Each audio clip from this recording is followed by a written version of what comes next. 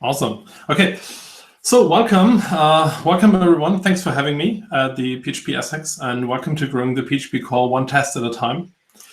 My name is Florian, and I forgot to have my speaker notes here. So my name is Florian, and if you want to scream at people on the internet, you can find me at Real Flow Control on Twitter. I'm a PHP developer since some time. And currently, I'm working fully remote for a company called Oxid eSales in Germany. And I'm German-based, by the way. And I'm an open source contributor. And the libraries I choose to contribute to is mainly stuff that I use in my professional day-to-day life. That'll be, for example, GraphQLite, PHP Unit, and the PHP Core itself. And I'm contributing to open source, although I'm married with 5 kids. And that being said, if you do not have at least 5 kids at home, that will mean that you will probably find time to also contribute to open source. And you can do so after this talk. So why we're here? I personally got introduced to PHP in September 2000. This is 20 years from now. And since then, my entire professional career is based on PHP. With a few exceptions. In exchange for money, I had to do JavaScript and other languages. But I would say that 90% of the time, I get paid to solve problems in PHP. Or better said, I get paid to solve problems, and I solve them using PHP. So everything that I've done in my entire career, every money that I earned, is based on the fact that PHP exists, that people built PHP back then, and that today there is a community building PHP. So it's time to give something back to the community. And in 2017, I stumbled on the PHP Test Fest. Actually, I totally forgot how I found out that this is a thing at all. And the 2017 edition also was the last edition so far. That was organized by Ben Ramsey and Sammy Powers. A lot of other people also involved, like the usual people from the PHP community. And the idea here was to write tests for PHP. So I checked out the Test Fest page and found out that you actually write tests for PHP in PHP, like not in C as I would have expected, but you just write them in PHP. And I always was like, I'm not the person who could contribute a new language feature via an RFC or do some other C languages, and would not call myself a C developer. But I can write PHP code. So obviously, if the tests are in PHP, I can write them. So this was my way of giving something back to the community. And I want to guide you through all of this and what you need to do in order to write tests for PHP. So the first thing you need to do is you need to compile PHP from source. If you have ever compiled software on Linux, this will be not surprising for you. Just clone the repository called build.conf, configure, then make, and then you have your binary. Just one thing, if you probably none of you, including me, have pushed rights to this PHP source repository, so better create a fork before you clone the repository on your machine. And I would say we actually do this live right now. So first thing we're going to do is I already cloned the repository. We run build.conf. Build.conf creates the configure script. Then we can run configure. And in this case, I need to add with setlib because we need the setlib later for some live demo, and the setlib is not bundled by default. If you run configure, configure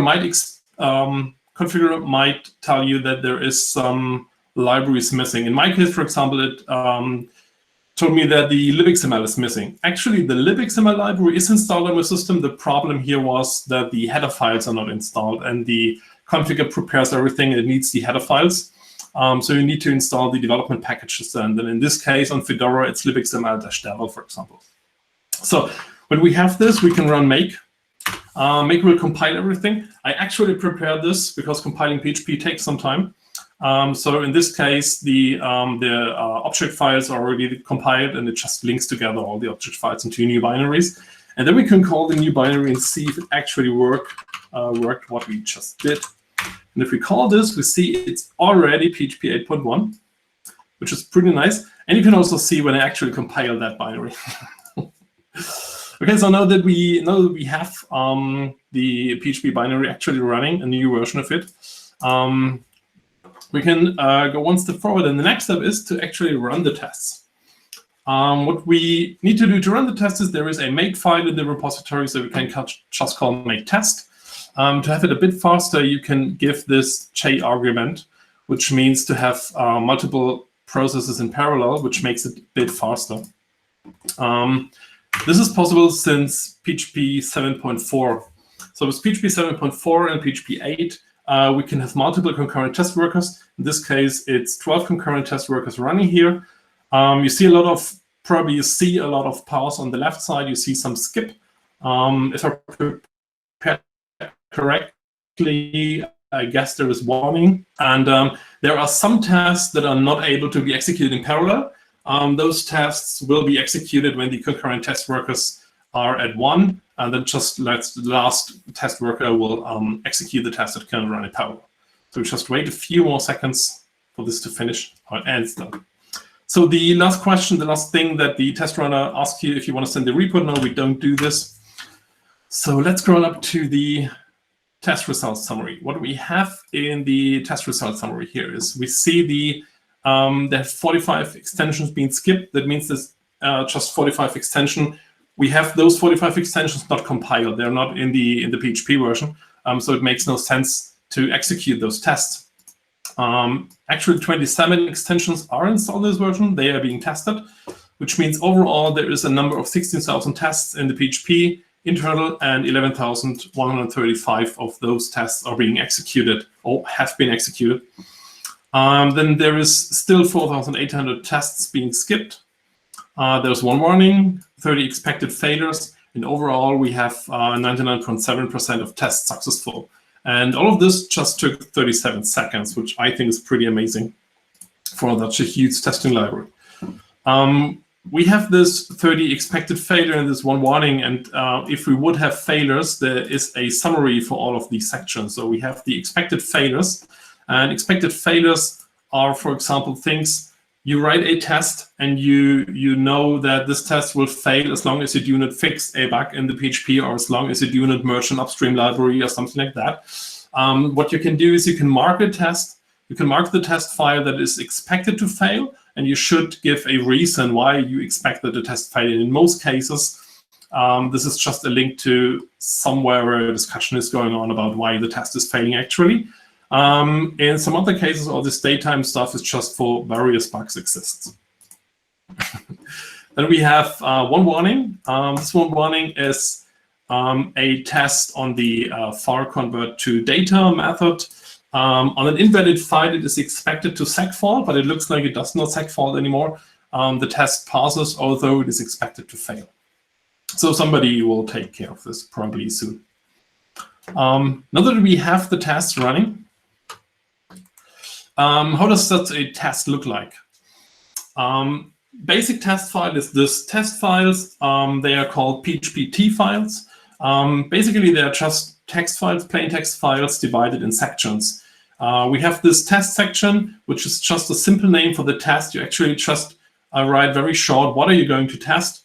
If you have more text to describe what's going on, there is a description section that probably nobody ever uses, but it's there and you can write text down there. Then there is the skip if section. We've seen earlier when we run the test, there is a lot of tests skipped, a lot of extensions skipped. So the basic idea here is not all the extensions, for example, the setlib extension that we just had to, in the configure with the with setlib, had to state that we want this. This is not bundled by default. That means it makes no sense to run the test for the setlib extension if the extension is not bundled.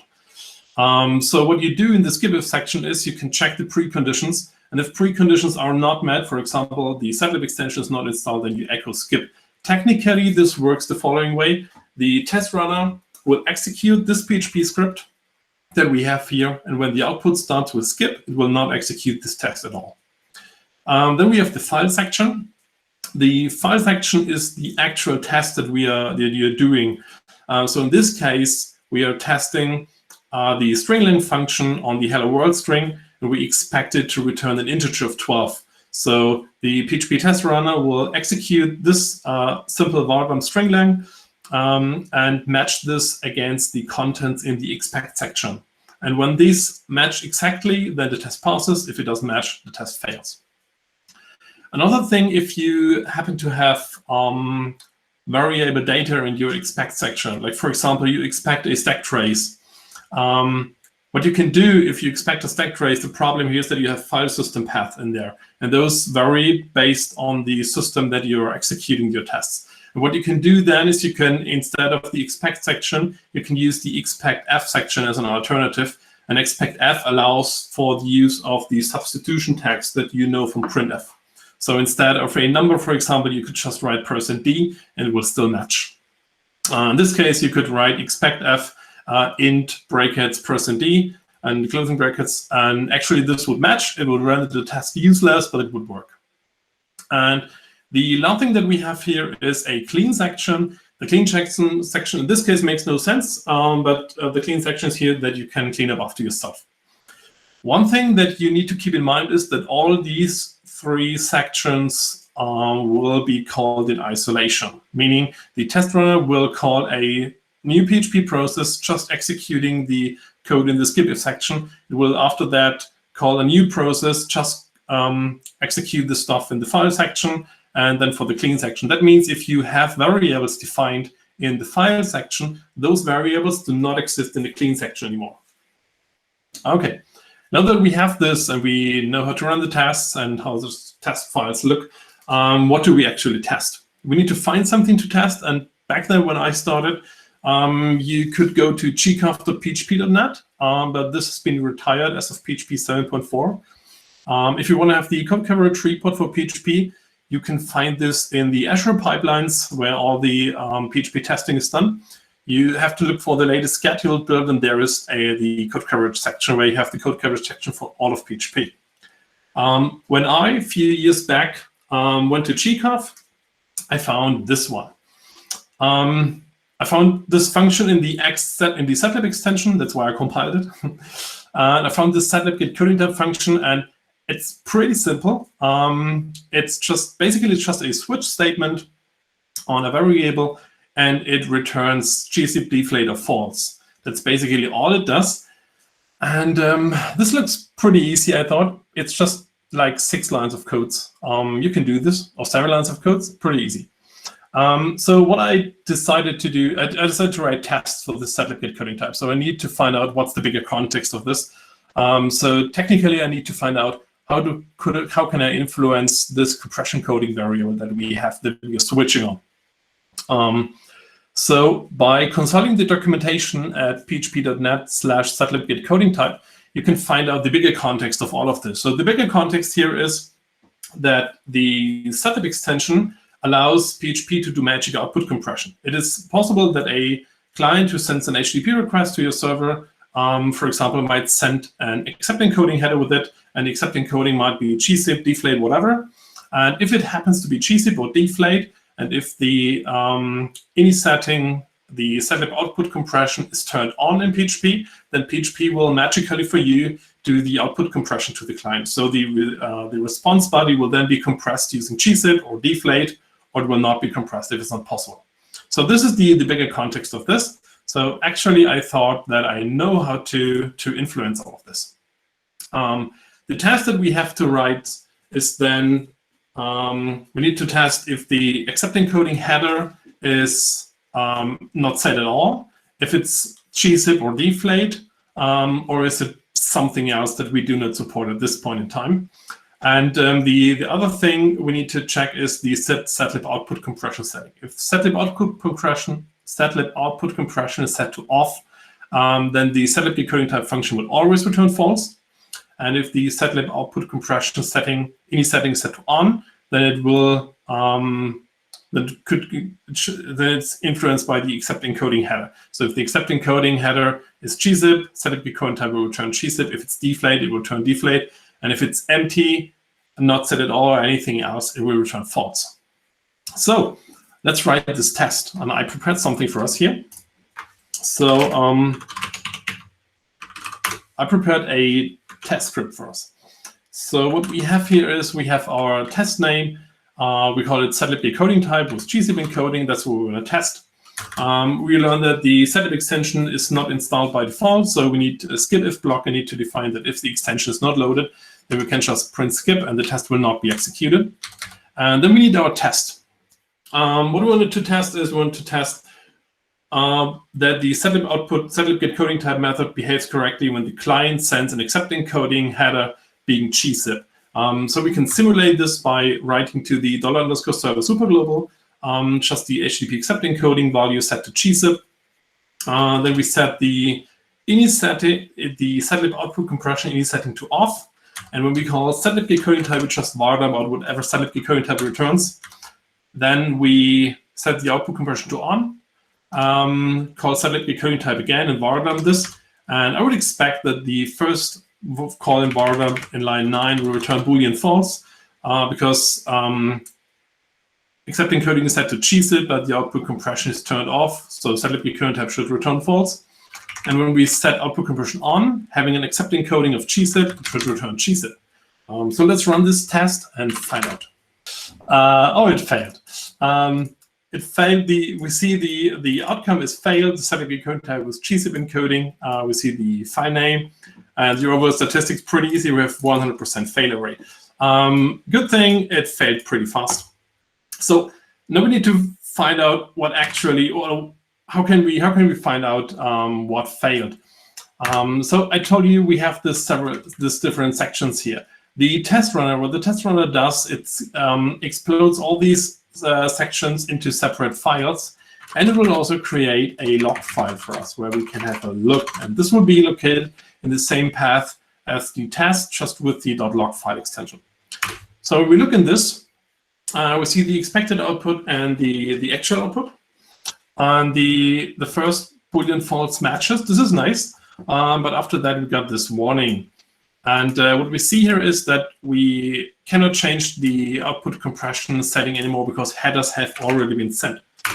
So when we look at the test case, we see we call ini set it to off. Then we do var dump, and what actually happens here in this line 9 is that PHP will start sending the output to the client. And also what it does then magically for us, it will also send all the response header, the HTTP response headers. And if we, in this case, what happens is we actually tell the client that we are not doing any output compression. So when we try to change this value to on, there is no way for PHP anymore to tell the client that that we said earlier we do not output compression, and we already gave you some ASCII text, but now we start doing it. This is not possible, so we cannot change this output compression setting anymore.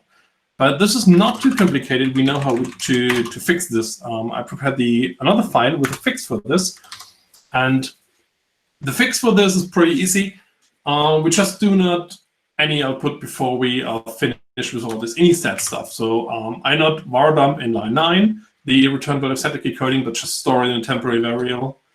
Then call ini set setlib output compression to on. Then call setlib get coding type again, store this in on, and then we can var dump those two variables. Now it looks, I'm pretty sure that we solved this problem, and we should finally see the string for gzip. The first Boolean false was already there, so hopefully this time it works. So let's execute the single test, and it failed again. So let's have a look at the log file. We already know that we can just look at this log file and see what the output is. So the expected output is Boolean false, and then the string, but we get 2 times false. So let's have a look at the test. Did we do something wrong? We told PHP that there is an HTTP header accept encoding set to the string gzip that's not misspelled. Everything is correct. And in the end, we have output compression set to on. There's no warning raised, so setting the setlib output compression variable to on was actually successfully, but somehow setlib get coding type is not returning gzip, although it should. So now here's the point. I was stuck in this place. I was stuck in this place and did not know what's actually going on. So what I've done then, I grabbed through the source code and tried to find out what's going on and why is everything like it is, why it's not behaving as it should. And I could not find out what's going on. So I went over to phpc.chat, where you have a lot of core developers hanging around. And I asked them the question, what's going on here? What's the point? I mean, actually, I'm pretty sure I've done everything right, but it looks like it's not behaving as it should. So did I find a bug? Probably. I don't know what's going on. And they explained me what is going on. So actually, as a PHP developer, we should know that everything in PHP in userland is copy on write.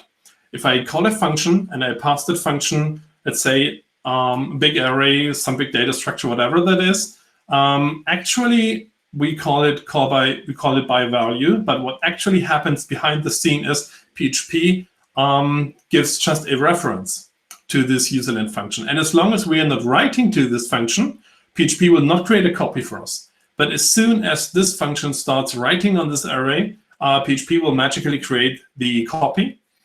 This makes it the pro on this is that you can pass big data around and not think about memory loss or something like that.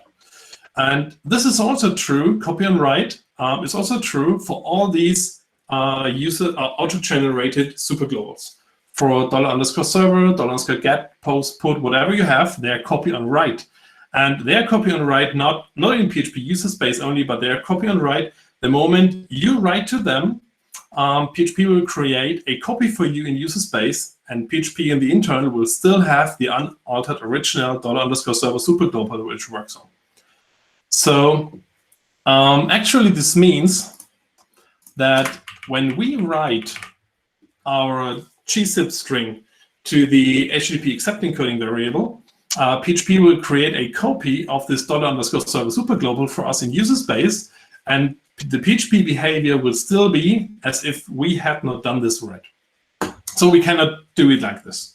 Actually, we have no chance of influencing the HTTP headers that have been sent to the PHP process from the user space. But there's another thing that we can do. How does this variable actually get injected into the PHP process? And there is another section that can help us here. I prepared a new file for us. There is an environment section. So what actually happens with every PHP process, all these HTTP headers that come from the client will be injected into the process as environment variables. And PHP then knows that everything starting with HTTP underscore is actually an HTTP header that has to go to the $_server superglobal. So what we can do is we can use the test runner capability to inject this environment variable into the PHP process that then executes the file. Therefore, in the file, we do not need to write to the $_server array anymore, and not creating a user space copy for us. And PHP from the beginning has this accept encoding header set. Everything else is untouched. The only thing I did is I removed the write access to the $_server superglobal and moved that to the environment section. So let's execute this test and hope that this time it works.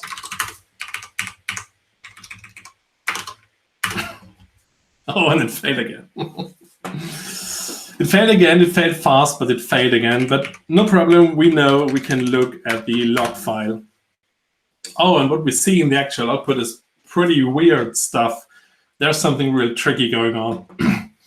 Okay, so what do we do when we see something like this? Okay, let's go through the file again. What do we actually do? We virtually send an accept encoding header being gzip. So we tell the PHP process that we accept gzip output compression.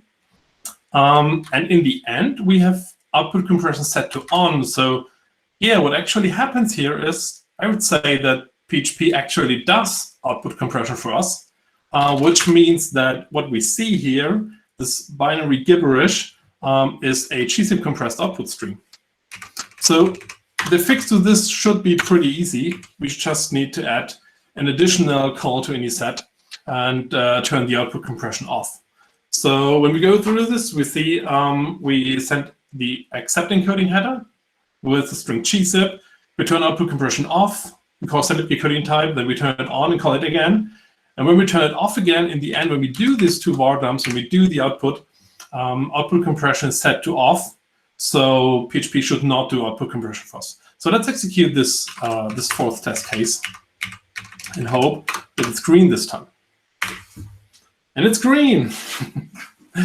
It finally passed. So we have our test case ready for exact this case. So just to recap, this is the test case we have. It's way too expressive. You could probably optimize that one. There is also not only this env section where we can add environment variables, there's also an ini section where we can do initial ini settings. So probably one can optimize this test, but in the end, it's running, it's green, and we can refactor the test later on. So what I did then is I created additional files for HTTP accept encoding being deflate, HTTP accept encoding being some string that we do not support, and no HTTP accept encoding variable at all. I did a pull request. The pull request got accepted for PHP 7.3, and in PHP 7.3, I found this in the code coverage report. Actually, we have it covered now. There's only this one line left. This line 546 is left. But all the rest, like the business logic that we have in there, or the business logic, but the logic that we have in there is actually covered with the test that I've written. This was pretty amazing, the feeling to see that actually it had an impact, what I did here, at least on the code coverage report. So what did I learn on the way? Well, the usual, what looks simple might be complex. When I browsed through the code coverage report, I saw this function, and it was just like, it's 7 lines of code, it's a switch statement, how hard can it be? And yeah, it was pretty hard. So this is the one thing I learned, like the obvious thing, learn this over and over again every day. The next thing is that superglobals are copy and write. I knew that like there is this copy and write behavior in PHP, but I would not have thought that this is also true for the superglobals. Everything that you have, $_get, $post, server, whatever you have is copy and write, which means that when you write to one of those superglobals arrays, PHP will create a copy for you in user space to work on. But all the functions, all the PHP internal function that you call that also look in these superglobals, they behave differently from that point on. So keep that in mind. Better not change this. Then there is modify handlers for ini settings. This is something very interesting. Actually, most time I thought, well, actually I did not put too much thought into this ini set call. But in the end, it turns out that when you call ini set, it's not just, you're not just setting something to a value. What actually happens is PHP calls a handler, and this handler function then checks if what you want to, if it is possible to do what you want to do. Like if you want to set the setlib output compression, if you want to change the output setlib output compression value, and the headers have already been sent, we cannot change this anymore. And there is a bunch of other things that's being tested for you. So actually, I try to avoid calling ini set at all. But if cannot be avoided, I thought that it's maybe a good idea to check on the return value of ini set, because it might be that it's not fire and forget. It might actually return false if it's not possible to change the value. So another question is now that you might be asking, what's in for you when you start writing tests for PHP? So the obvious thing is that PHP will be more stable and more reliable. If you write a test for a function, it will not break with the next release, because there is a test that nails down the behavior of this function. And if it out of a sudden changes, this test will fail, and people will take care of this. The next thing is you gain a deeper understanding of how PHP works internally. And it might also be that you find stuff that you didn't know even exist. In my case, for example, the last time I had to work with zip archives in PHP was roughly 12 years ago. And what I had to do back then was to create a class that wraps system calls to the zip and unzip binaries. And this was a horrible thing to do, and I hated it. But a few weeks after I wrote some tests for the zip archive class, I actually had the same task again to work on to extract files from a zip archive in PHP. And I was pretty amazed that I now know that I do not have to write a class that wraps system calls, but I can just use the zip archive class in PHP, which handles everything for me in a pretty nice object-oriented way. And one thing is also the PHP test format. If you might struggle with the idea that learning a new test format, why should I do this just for PHP itself? The PHP unit has a test runner that can execute exactly those PHP test files. And a lot of stuff, a lot of the tests for PHP Unit is actually written in PHP. So this is how I became also contributor to PHP Unit. I went into a PHP Unit code sprint here in the south of Germany and started writing tests for PHP Unit in PHP file format for stuff that wasn't covered. And the last thing that you get when you start writing tests for PHP and when you make your pull request and it finally gets accepted is that you can call yourself a PHP Core contributor. That's all I have. Thank you very much. And if you have more interest, if you want to go deeper on this topic, you can head over to the PHP Test Fest org domain. It's from 2017, a bit outdated, but it's still true, still valid, everything you see there. Then there is qa.php.net, the quality assurance page. You'll find there the documentation on the PHP file format. There is a lot more sections than we had today. And on .box.org, which is my blog, you'll also find the slides to this presentation. And you will find a blog post with the same name, Growing the PHP Core one test at a time, where I also describe how you can create a local code coverage report to actually see if the cases you want to cover are actually covered. Thank you very much.